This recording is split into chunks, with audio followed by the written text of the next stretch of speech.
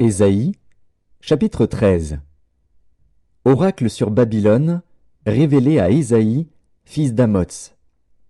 Sur une montagne nue, dressez une bannière, élevez la voix vers eux, faites des signes avec la main, et qu'ils franchissent les portes des tyrans.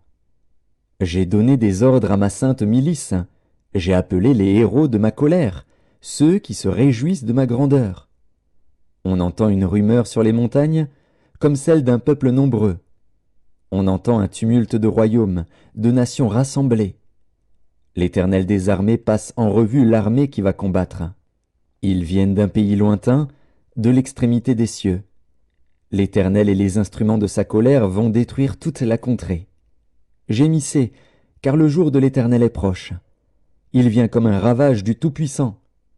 C'est pourquoi toutes les mains s'affaiblissent, et tout cœur d'homme est abattu.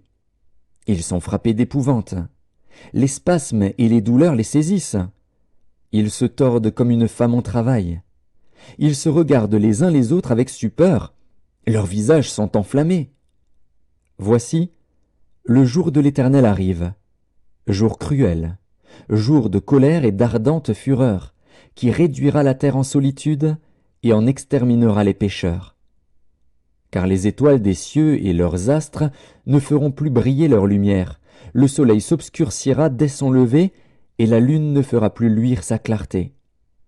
Je punirai le monde pour sa malice, et les méchants pour leurs iniquités.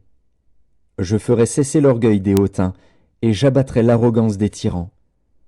Je rendrai les hommes plus rares que l'or fin, je les rendrai plus rares que l'or d'Ophir. C'est pourquoi j'ébranlerai les cieux, et la terre sera secouée sur sa base, par la colère de l'Éternel des armées, au jour de son ardente fureur.